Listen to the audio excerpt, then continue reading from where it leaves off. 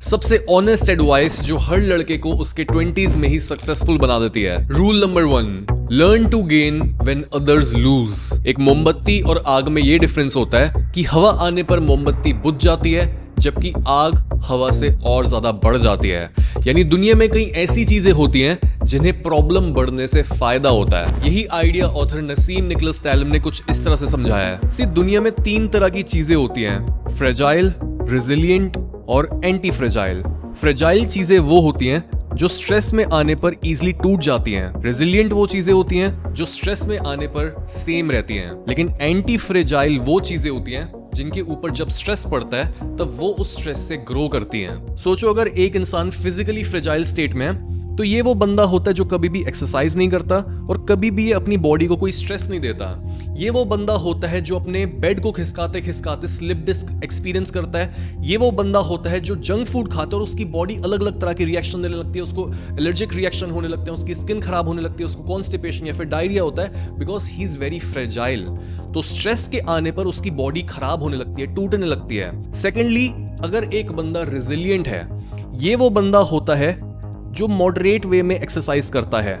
यानी ये 2 बार 3 बार जिम जाता है, जरा सी वॉक कर लेता है, जॉग कर लेता है। अगर इसको कोई एलर्जिक रिएक्शन होता भी है किसी चीज पे तो इसकी बॉडी बहुत जल्दी रिकवर कर लेती है। यानी मोर और less his body stage the same. और थर्डली, अगर एक इंसान फिजिकली एंटी फ्रेजाइल है तो ये वो बंदा होगा जो हर रोज अपनी बॉडी को ट्रेन करता है। यानी ये वो बंदा है जो स्ट्रेस के बढ़ने पर और ज्यादा स्ट्रांग होता चला जाता है। एक बंदा है वो स्ट्रेस के आने पर टूट जाता है, दूसरा बंदा स्ट्रेस के आने पर सेम रहता है। लेकिन एंटी फ्रेजाइल इंसान जो वेट्स उठाता है वो और ज्यादा स्ट्रेस से स्ट्रांग बनता है। अगर उसकी बॉडी कोई भी टॉक्सिन से एक्सपोज होती है तो वो उसको रिवर्स कर लेता है ब्रीदिंग के थ्रू और एक्सरसाइज के through, and he actually physically and mentally grows bigger. Fragile इंसान प्रॉब्लम के आने पर सिकुड़ने लगता है, रेजिलिएंट इंसान प्रॉब्लम के आने पर सेम ही रहता है, लेकिन एंटी फ्रेजाइल इंसान प्रॉब्लम को देखकर उस पर अडेप्ट करता है and he becomes stronger, better, faster and richer. Secondly, अगर हम फाइनेंसेस का एग्जांपल लें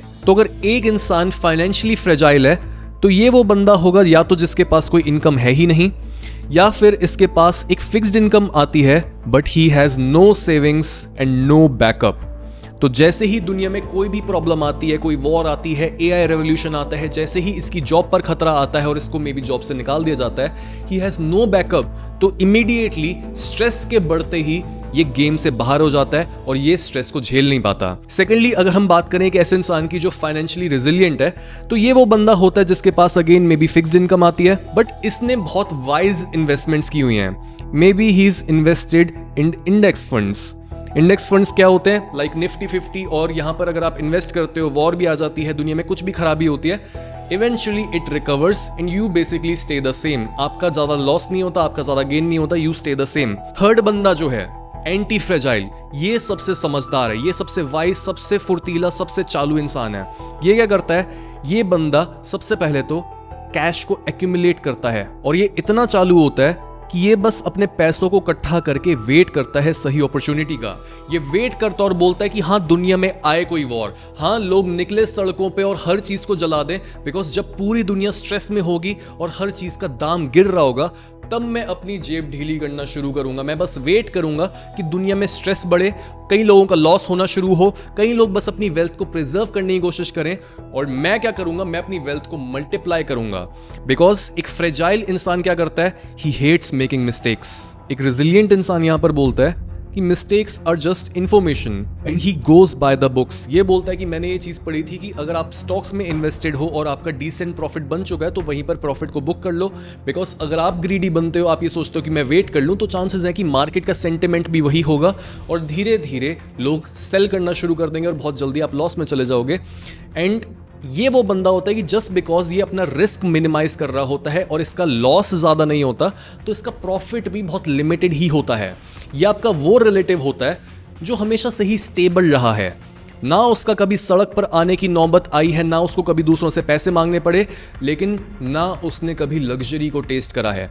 ही जस्ट स्टेज द सेम। वो स्ट्रेस पर रिस्पॉन्ड करता है सेम रह के। अगर उसका लॉस होता है तो वो रिकवर कर लेता है but he never gains from that. और थर्डली, एक बंदा जो एंटी फ्रेजाइल होता है ये बोलता है कि मिस्टेक्स आर फन इसको मजा आता है जब भी ये कोई गलती करता है, बिकॉज ये बोलता है कि मैं तो लाइफ लॉन्ग खेलने वाला हूं, मैं किसी भी टाइम पर क्विट नहीं करने वाला, तो चाहे मैं पास हो रहा हूं, फेल हो रहा हूं, अच्छा कर रहा हूं, बुरा कर रहा हूं, एवरीथिंग इज डेटा जिसको मैं यूज कर सकता हूं और ज्यादा बेटर, और ज्यादा स्ट्रांग, और ज्यादा रिच बनने के लिए।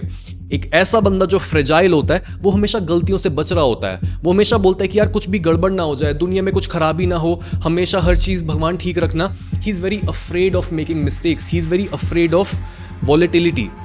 एक रेजिलियंट बंदा जो होता है वो बोलता है कि वॉलेटिलिटी तो होगी दुनिया में, ही एक्सेप्ट्स द ट्रुथ, बट वो ट्रुथ के ऊपर कोई भी गेन नहीं करता है। वो बोलता है कि मेरे को बस अपने आप को बचा कर रखना है। अगर एक फ्रेजाइल इंसान का ब्रेकअप होता है तो वो पहले जंक फूड खाने लगता है, उसकी सेल्फ इमेज खराब होती है, वो खुद को क्वेश्चन करने लगता है, वो अपनी स्किन का ध्यान नहीं देता, वो अपने बालों का ध्यान नहीं देता, उसकी बॉडी से स्मेल आने लगती है बिकॉज वो ढंग से नहाता धोता नहीं है, और धीरे धीरे करके he comes into a downward spiral just because वो इनिशियल स्ट्रेस को झेल नहीं पाया कि उसका ब्रेकअप हो गया, उसकी पूरी लाइफ खराब हो जाती है।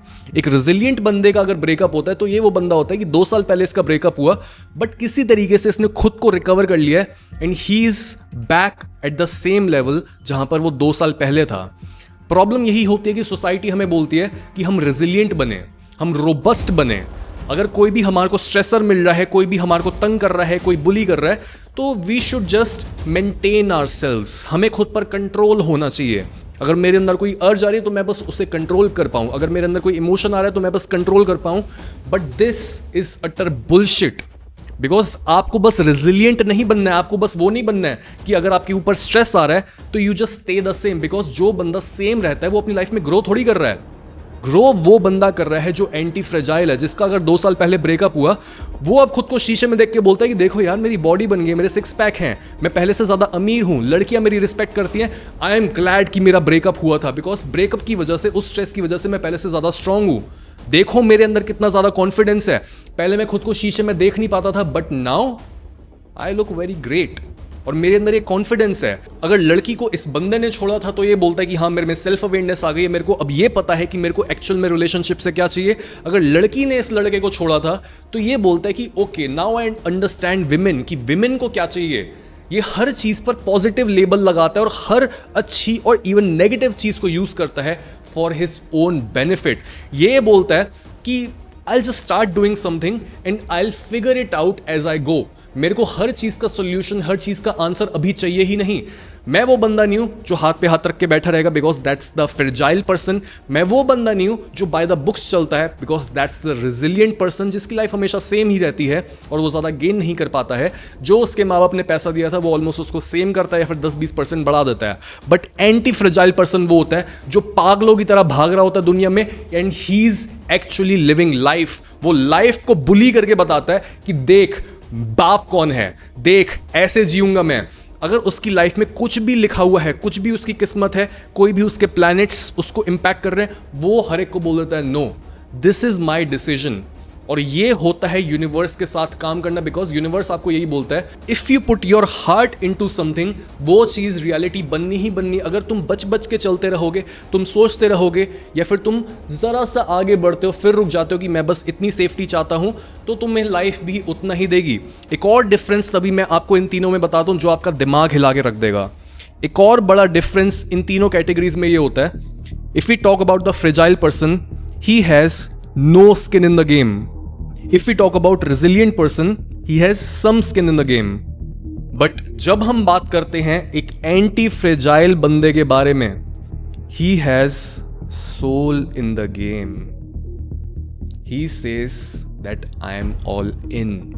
मेरी दुनिया यही है, मैं यही करता हूँ, मैं अच्छे से दुनिया को जीता हूँ, मैं सबको प्यार करता हूँ, मैं दिन रात काम करता हूँ, and I always stay motivated, I always stay fresh.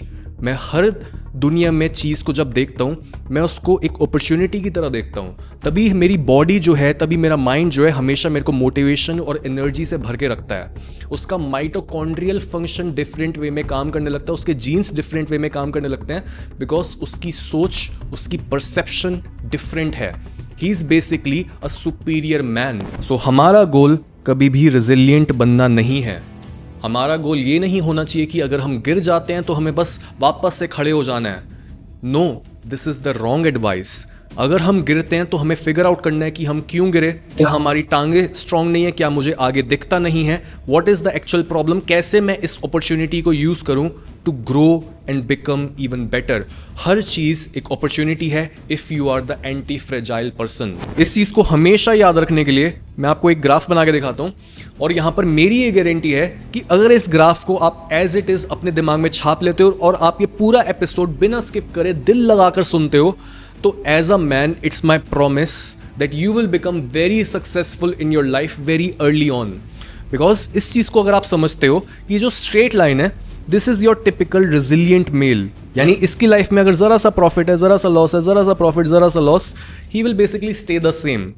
ये क्या कर रहा है, ये बोल रहा है कि अगर मेरा ब्रेकअप भी हुआ है कोई बात नहीं, मैं खुद को समझा बुझा सकता हूं, आई एम वेरी इंटेलिजेंट, मेरे पास सपोर्ट सिस्टम है, मेरे यार दोस्त हैं, मम्मी पापा हैं, और वो मुझे इनफ सपोर्ट देते हैं to give stability to my life. अगर ये जरा सा गेन भी करता है, जरा सा इसको प्रॉफिट भी होता है, तब भी ये खुद को रिस्ट्रिक्ट कर लेता है और खुद को रोक के ये बोलता है कि अगर मैं इसके आगे जाऊंगा तो मेरा लॉस हो सकता है, रिस्क बढ़ सकता है। तो ये भी खुद को वहां पर रोक लेता है because of his limited mindset. Secondly, अगर एक इंसान ऐसा है जो कि फ्रेजाइल है, वो थोड़ा सा सीधा चलता है, बट जैसे ही उसकी लाइफ में कोई स्ट्रेस आता है वो नीचे जाना शुरू कर देता है।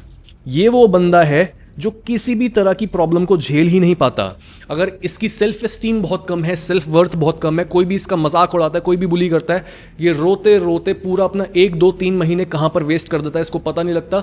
और ये अपने दिल में चीज़ों को रखता है, ये दर्द रखता है, ये कड़वाहट रखता है, और ये किसी भी चीज़ को ओवरकम नहीं कर पाता। जबकि तीसरा बंदा जो कि एंटी फ्रेजाइल है, ये भी अपनी लाइफ में सीधा निकलता है, बट जैसे ही इसकी लाइफ में स्ट्रेस आना शुरू होता है ये भी ग्रो करना शुरू करता है। तीनों का ही पेन के साथ एक बहुत डिफरेंट रिलेशनशिप होता है। जो फ्रेजाइल इंसान होता है वो एक्टिवली पेन को अवॉइड करता है, जो रेजिलिएंट इंसान होता है वो पेन को टॉलरेट करता है, बट एक एंटी फ्रेजाइल इंसान पेन को एक्टिवली सीक करता है।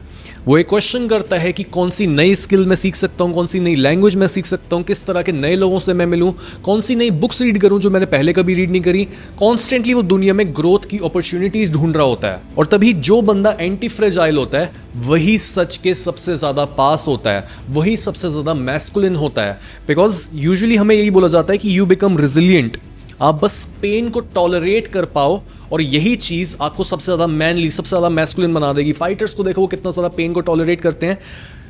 Understand this, they don't just tolerate pain. जो बस पेन को टॉलरेट करता है वो बंदा हार जाता है। जो बंदा पेन को ट्रांसेंड करता है कि दर्द हो रहा है लेकिन दर्द को भी मैंने एक मीनिंग दिया हुआ है कि घर पे मेरे बीवी बच्चे बैठे हैं, वो फाइटर जो होता है, जो पेन के ऊपर है, वो जीतता है। अगर आप एक पैटर्न भी देखो मेरी वीडियोस में, मेरे पूरे YouTube चैनल पर अगर आप ये देखो, कई टॉपिक्स जो ट्रेंड में चल रहे होते हैं उन पर मैं कभी वीडियो बनाता ही नहीं हूं। अगर आप सिग्मा मेल्स के ऊपर देखो, मैंने कभी ये नहीं बोला कि सिग्मा मेल एग्जिस्ट भी करते हैं, alpha beta, black and white, that's all. Sigma जो है इट्स जस्ट अ ट्रेंड, ताकि लोगों को व्यूज मिले, तभी वो कॉन्सेप्ट आया, बिकॉज अल्फा बीटा पुराना हो गया था। सेकेंडली, अगर आप देखो नो फैप के ऊपर मैंने कभी कोई वीडियो नहीं बनाई। वाई?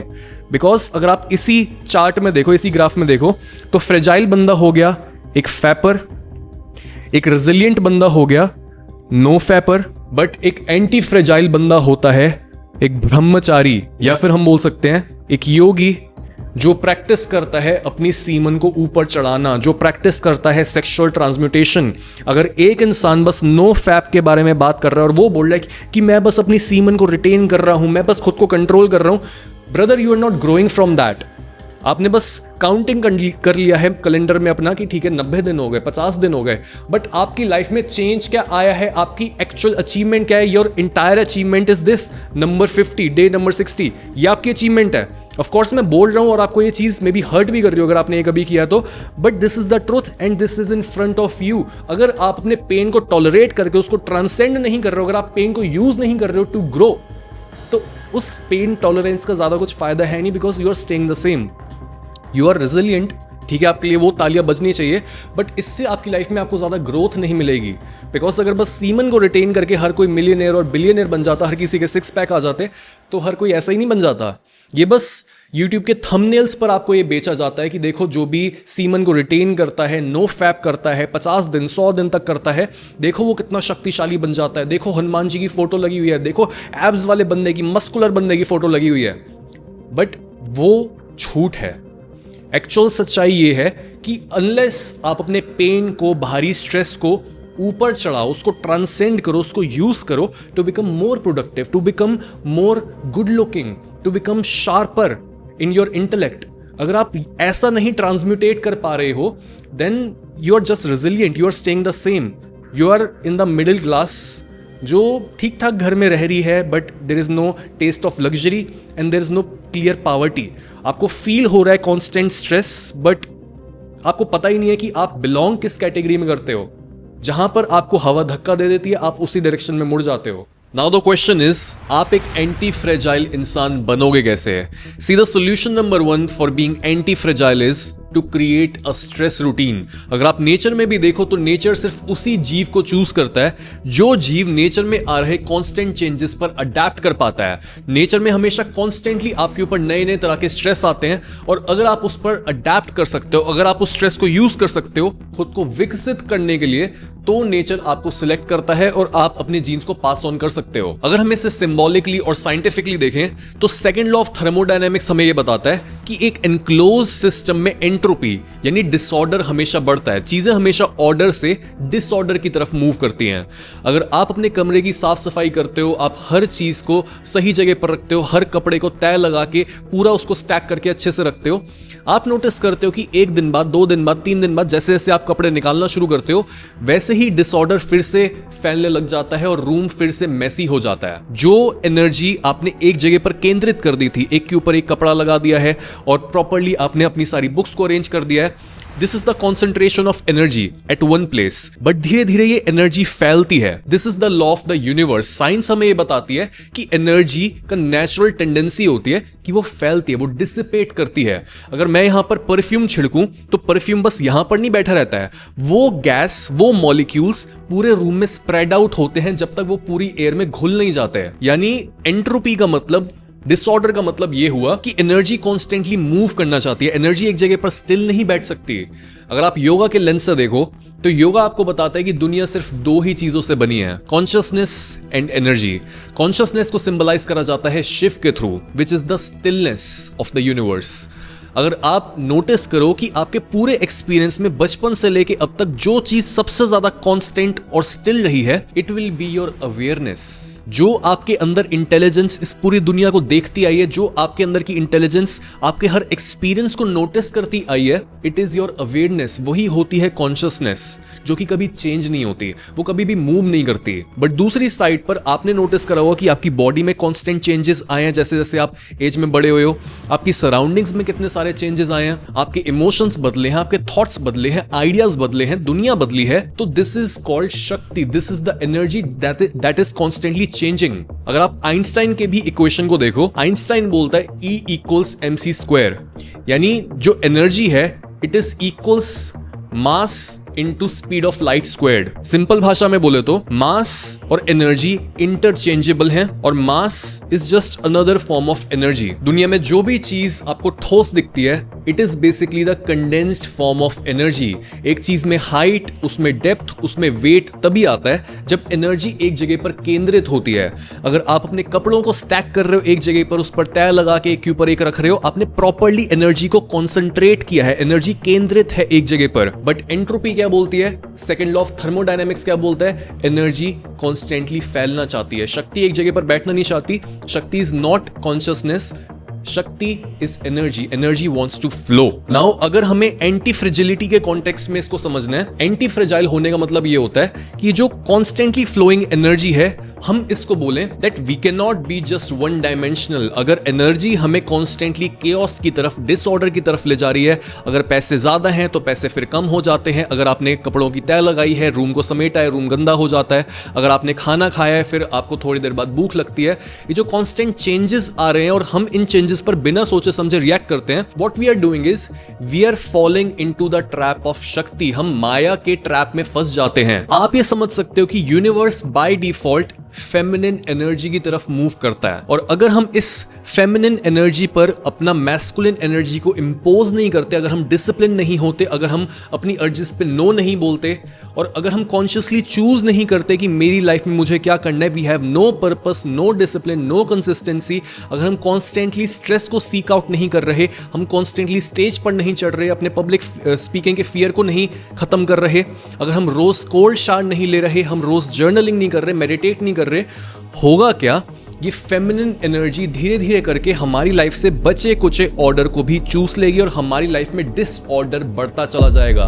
बाय डिफॉल्ट हमारी लाइफ में डिसऑर्डर बढ़ना ही है, हमारी लाइफ में फेमिनिन एनर्जी बढ़नी ही है। Now we have to balance it by giving our masculine energy to it. आपको कॉन्शियस होकर फिजिकल, मेंटल, इमोशनल और इवन अपने बिजनेस में भी अलग अलग तरह के स्ट्रेसेस को वेलकम करना होता है। बिकॉज यूनिवर्स के बारे में ये चीज बहुत ज्यादा इंटरेस्टिंग है कि चाहे आप काम करो या फिर ना करो, चाहे आप अपनी लाइफ में स्ट्रेस को वेलकम करो या फिर ना करो, just because universe constantly disorder की तरफ मूव कर रहा है, तो आज नहीं तो कल नहीं तो परसों आपकी लाइफ में बहुत ज्यादा पेन और बहुत ज्यादा स्ट्रेस आएगा ही आएगा। तो इट इज वेरी वाइज कि आप खुद कॉन्शियसली चूज करो कि मुझे ये वाला पेन और ये वाला स्ट्रेस चाहिए, ताकि एटलीस्ट उस पेन से आपको कुछ वापस से मिले। And through out this journey आप ये भी समझ जाओ कि पेन और स्ट्रेस पर सही तरह से रिस्पॉन्ड करके एंटी फ्रेजाइल कैसे बनते हैं। Now to become anti fragile, the point number 2 is you need to play iterative games, not one shot games. See society का फ्रेजाइल माइंडसेट लाइफ को एक एग्जाम की तरह देखता है। अगर आप तैयारी करके पास हो गए तो दैट्स गुड, बट अगर आप फेल हो गए तो फिर आपका कुछ नहीं हो सकता। मेरे पूरे बचपन में मेरे को यही आइडिया बेचा गया है कि सौरभ अभी तू 9th में और इतनी ज्यादा टेंशन ले रहा है, अगले साल तू 10th में होगा और 10th में तेरे पास पूरी चॉइस होगी कि तू अपना मनपसंद स्ट्रीम को चूज कर सकता है। 10th में बेचा गया 11th को कि नहीं नहीं नहीं, अभी तेरे पास इतना ज्यादा बोर्ड का स्ट्रेस है, 11th में तेरे पास ये स्ट्रेस नहीं होगा। 11th में बेचा गया 12th को और 12th में बेचा गया कॉलेज को कि कॉलेज में आप ऑफिशियली बड़े हो जाते हो, आपको स्कूल की यूनिफॉर्म नहीं पहननी और कोई भी आप पर ये रोका टाकी नहीं करेगा। बट आपको भी पता और मेरे को भी पता है ऐसा कुछ भी नहीं होता। और कॉलेज में आने पर मेरे को ये चीज रियलाइज हुई कि ये चीज कभी नहीं रुकने वाली है। कॉलेज पार करने के बाद ये मेरे को बोलेंगे कि अच्छी जॉब ले लो, जॉब लेने के बाद मेरे को ये बोलेंगे कि ठीक है अब करियर स्टेबल हो चुका है तो चलो शादी कर लो, शादी के बाद बच्चे होंगे और तब इतने ज्यादा एक्सपेंसेस, इतनी ज्यादा रिस्पॉन्सिबिलिटीज होंगी कि मेरे को और ज्यादा अपने करियर में अपनी जान डालनी पड़ेगी, ज्यादा पैसा कमाना पड़ेगा और ये कभी एंड होने ही नहीं वाला। तो मैं एक्सपेक्ट भी क्यों कर रहा हूं, क्यों मेरे अंदर सोसाइटी बार बार ये एक्सपेक्टेशन डाल रही है कि बस इतनी मेहनत कर लो और इसके पार आप फिर एकदम रिलैक्स होकर बैठ सकते हो। ये एक्सपेक्टेशन जो है ये अपने आप में गलत है। हमें रियलिटी को ऐसे देखना ही नहीं चाहिए कि रियलिटी एक फाइनाइट गेम है, क्योंकि रियलिटी एक्चुअल में इन्फिनिट गेम है। इन्फिनिट गेम खेलने का माइंडसेट यही होता है कि मैंने ठान लिया है कि मैं इस स्किल की मास्टरी हासिल करूंगा, मैं हर रोज खुद को थोड़ा थोड़ा करके इंप्रूव करता चला जाऊंगा और अगर मैं खुद को इन्फिनिट टाइम्स इंप्रूव कर लेता हूं इस स्किल में तो मेरे को किसी से कंपीट करने की भी जरूरत नहीं है और मैं दूसरों से बिना कंपीट करे, बिना आसपास अपने कंपटीशन को देखे हर किसी को हरा दूंगा। मुझे एक गोल बनाने की भी जरूरत नहीं कि मैं अपनी इंडस्ट्री का लीडर बन जाऊं, मैं सबको हरा दूं। हर अचीवमेंट ऑटोमेटिकली आप अचीव कर सकते हो अगर आप बस ये अपने दिमाग में रख लो कि मुझे इन्फिनिट गेम खेलनी है। मुझे गेम खेलनी है बिकॉज मेरे को गेम खेलना पसंद है, गेम खेलने में मजा आता है। ये कोट भी है ना, the person who loves walking walks further than the person who loves the destination. अगर आप बस दूर देख के ये देखते हो, दूर वहां पे एक सुंदर लड़की है, दूर वहां पर पैसे हैं या फिर मेरी एक बहुत अच्छी बॉडी बन जाए, this is not the infinite game, this is not the game that you want to play because this is very finite। आप बहुत जल्दी ये गेम हार जाओगे बिकॉज आप हमेशा खुद को दूसरों से कंपेयर कर रहे हो और दुनिया में हमेशा ही आपसे सुंदर, आपसे ज्यादा वाइज, आपसे ज्यादा फिट और आपसे ज्यादा रिच इंसान मौजूद होगा and they will tell you that you are a loser. अगर आप दुनिया में इंडस्ट्री के लीडर्स को देखो, अगर आप रोनाल्डो के इंटरव्यू को देखो, शाहरुख खान के इंटरव्यूज को देखो, तो वो कभी भी ये नहीं बोल रहे होते कि मेरे साथ वाला जो एक्टर है ये बहुत अच्छा एक्टर है या फिर ये जो एथलीट है ये बहुत अच्छा कॉम्पिटिशन देता है। They don't even consider other people in their field as their competition. वो बोलते हैं कि मैं सबसे ऊपर हूं, आई एम द बेस्ट। वो ऐसा इसलिए नहीं बोलते बिकॉज उनमें ईगो बहुत ज्यादा है, वो ऐसा इसलिए ही बोलते बिकॉज डीप इनसाइड उनको ये पता है कि मैं एक इन्फिनिट गेम खेल रहा हूं और अगर मैं कंटिन्यूसली इन्फिनिट टाइम्स खुद को इंप्रूव करता चला जाऊं तो और कौन ही है मेरे आसपास, किसी में कमिटमेंट देने की हिम्मत ही नहीं है कि वो इन्फिनिट टाइम्स इस गेम को खेल सके। मैं तो मरते दम तक खेलता रहूंगा और मुझे पता है कि मैं अपनी लेगेसी बना के जाऊंगा। Rule number 3, learn via subtractive knowledge. Fragile systems desperate तरह से सिक्योरिटी बिल्ड करने की कोशिश करते हैं, चीजों को ओवर कॉम्प्लिकेट और ओवर डिजाइन करके। लेकिन जो भी इंसान ऐसा होता है जो अपनी लाइफ में बहुत अच्छा कर रहा होता है, वो बहुत अच्छा पैसा कमा रहा है, उसकी हेल्थ भी ऑर्डर में है, उसके रिलेशनशिप्स भी अच्छे चल रहे हैं और उसका माइंड भी क्लियर है, अक्सर वो ऐसा इंसान होता है जो 10 अलग चीजों में बटा हुआ नहीं होता, बल्कि वो एक मेन चीज को अपना सारा समय दे रहा होता है। और इस चीज के लिए आपको 3 चीजें करनी है बस। सबसे पहले रिमूव डिपेंडेंसी। अगर आप एक इंसान पर डिपेंडेंट हो, आप एक रिलेशनशिप में और आप उसी को यूज करते हो खुद के इमोशंस को रेगुलेट करने के लिए, remove that, learn to regulate your own emotions. अगर आप एक इन्फ्लुएंसर हो तो सिर्फ एक प्लेटफॉर्म पर डिपेंड करना बंद करो, और अगर आप एक बिजनेसमैन हो तो सिर्फ एक सॉफ्टवेयर पर डिपेंड करना बंद करो।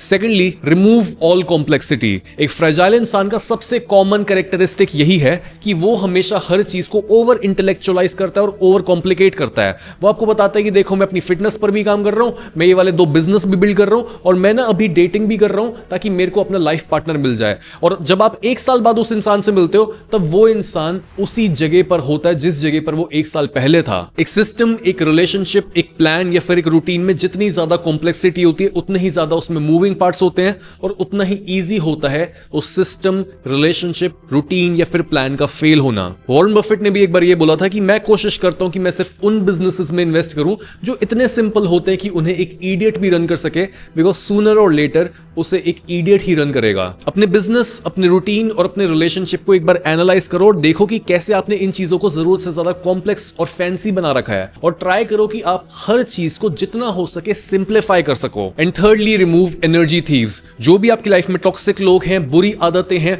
वीक रूटीन्स हैं या फिर एनवायरमेंटल फैक्टर्स में भी ऐसे हैं जो आपकी एनर्जी को चुराते और आपको ड्रेन करते हैं, remove all of that, because each subtraction आपको बहुत ज्यादा लाइट बनाती है, आपको अडेप्टेबल बनाती है और आपकी ऑप्शनैलिटी को बढ़ाती है। बिकॉज एक फ्रेजाइल सिस्टम बेसिकली आपको एक जगह पर बांध के रखता है, बट एक एंटी फ्रेजाइल सिस्टम आपके ऑप्शंस को बढ़ाता है। वो आपको एबिलिटी देता है to walk away, to switch paths. अगर लाइफ में कोई भी प्रॉब्लम आती है, एंटी फ्रेजाइल सिस्टम्स ऐसे होते हैं जहां पर सेफ एग्जिट्स होते हैं। Rule number 4, become self regulated. Recently मैं अपने 2 क्लाइंट से बात कर रहा था और दोनों की एक कॉमन प्रॉब्लम थी कि उनके बचपन में उनके फादर एब्सेंट थे। एक क्लाइंट के फादर नेवी में थे तो वो ज्यादातर घर से दूर ही रहते थे, और दूसरे क्लाइंट के फादर दुकान पर जाते थे और जब वो वापस आते थे तब तक लड़का सो गया होता था। और जब भी एक बाप और बेटे के बीच में कोई ना कोई दूरी होती है, चाहे वो फिजिकल डिस्टेंस हो या फिर इमोशनल डिस्टेंस हो और उनके बीच में कम्युनिकेशन गैप हो, तब एक लड़के को ये पता ही नहीं होता कि उसके अंदर से आ रहे इमोशंस का उसको करना क्या है। बिकॉज जब एक लड़का पैदा होता है,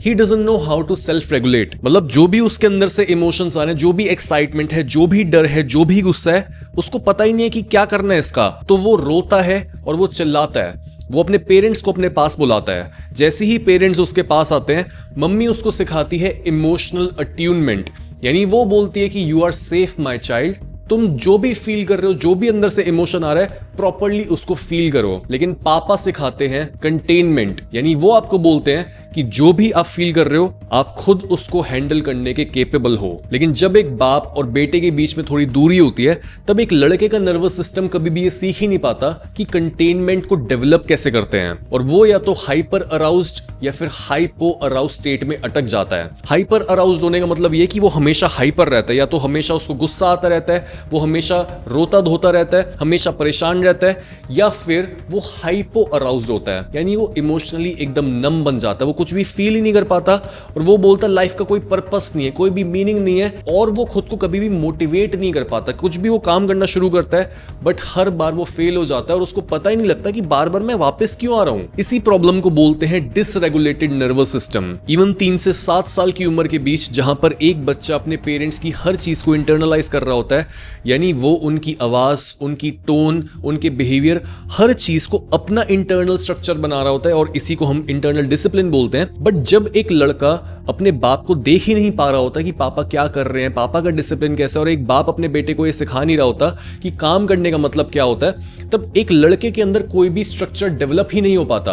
और वो ये बोलता है कि क्योंकि मेरे अंदर कोई स्ट्रक्चर नहीं है और मैं सेल्फ रेगुलेटेड नहीं हूं, मुझे बाहरी दुनिया बताएगी कि मुझे अपनी लाइफ में क्या करना चाहिए, बाहर से मुझे कोई बताएगा कि मेरी लाइफ किस डायरेक्शन में मूव करे। यही वो लड़का होता है जो कोई अपना बिजनेस चालू करता है, लेकिन स्ट्रेस आते ही, जरा सी मुश्किल आते ही वो उसे क्विट कर देता है, या फिर जो अपने रिलेशनशिप में अपनी गर्लफ्रेंड के इमोशंस को हैंडल नहीं कर पाता। नाउ अगर हम ये क्वेश्चन करें कि हम खुद को सेल्फ रेगुलेट कैसे कर सकते हैं, then the simple answer is increasing your window of tolerance.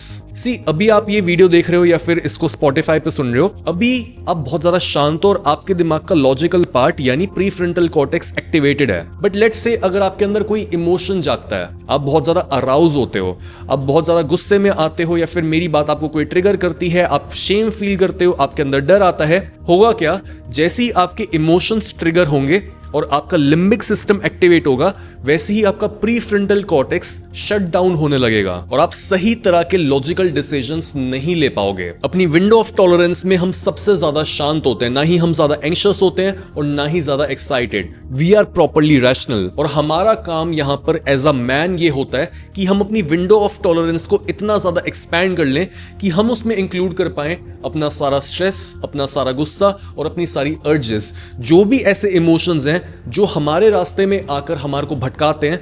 हमारा काम यहां पर यह होता है कि हम अपने प्रीफ्रंटल कॉर्टेक्स को उन अर्जेस की, उन इमोशंस की मौजूदगी में भी ऑन रख पाए। नाउ इसको करने का एक सिंपल तरीका यह होता है कि जो भी काम आपका नर्वस सिस्टम करने के लिए ट्रेंड है, आप उसके ऑपोजिट करना शुरू करो। एग्जाम्पल के तौर पर, अगर आपका nervous system by default hyper aroused रहता है, तो आपने क्या करना है, आपने ऐसी चीजें करनी है जिससे आपका नर्वस सिस्टम शांत हो। और ऐसी चीजें होती हैं कोल्ड शावर लेना, mindfulness, meditation, slow movements, slow speech और एक चीज पर फोकस करना। अगर आप एक चीज पर फोकस कर सकते हो तो आपका जो एक केओटिक माइंड है, जो आपकी एनर्जी इधर उधर बटी हुई है, it will come into the centre. और आप जो अभी ओवरवेल्म्ड हो, मे बी आप 10 अलग कामों में बट जाते हो, आप ये करना बंद कर दोगे। दूसरी साइड पर अगर आप हाइपो अराउज्ड इंसान हो, यानी आपकी लाइफ में कोई मीनिंग नहीं है, या फिर आप ये बोलते हो कि कोई भी काम क्यों करना है, आप खुद को मोटिवेट नहीं कर पाते हो, कंसिस्टेंसी बिल्ड नहीं कर पाते हो और आपकी लाइफ थोड़ी डल डल सी फील होती है, आपको किसी एक चीज पर फोकस नहीं करना। एंड मोर देन मेडिटेशन, जो चीज आपको हेल्प करेगी वो है movement. And I am not talking about just going to gym या फिर बस वॉक पर निकलना। आप कर सकते हो dynamic stretching and involuntary shaking, यानी ऐसे पोस्चर को होल्ड करना जो आपके लिए अनकंफर्टेबल हो और तब तक होल्ड करना जब तक आपकी पूरी बॉडी इनवॉलेंटरीली शेक करना नहीं स्टार्ट करती और आपका पूरा सोया हुआ नर्वस सिस्टम जागना नहीं शुरू करता। सी, एक लड़के से आदमी बनना आसान नहीं होता और कोई भी खुद को अकेले ट्रांसफॉर्म नहीं कर सकता। दिस इज वाई हमने बनाया है बॉय टू मैन प्रोग्राम, ताकि जो भी मैस्कुलिन स्किल्स आपके आसपास के मैस्कुलिन फिगर्स आपको नहीं सिखा पाए, चाहे वो डिसिप्लिन बिल्ड करना हो, अपने फैंटेसी वर्ल्ड से बाहर निकलकर एक्चुअल रिजल्ट्स को अचीव करना हो, एक ऐसी लाइफ लॉन्ग सपोर्टिव लड़की को ढूंढना हो जो आपको भगवान की तरह ट्रीट करती है, या फिर बिना इजैकुलेट करे ऑर्गेज़म एक्सपीरियंस करना हो, हर तरह की मैस्कुलिन स्किल आपको सिखाई जाती है बॉय टू मैन में। लिंक डिस्क्रिप्शन में है।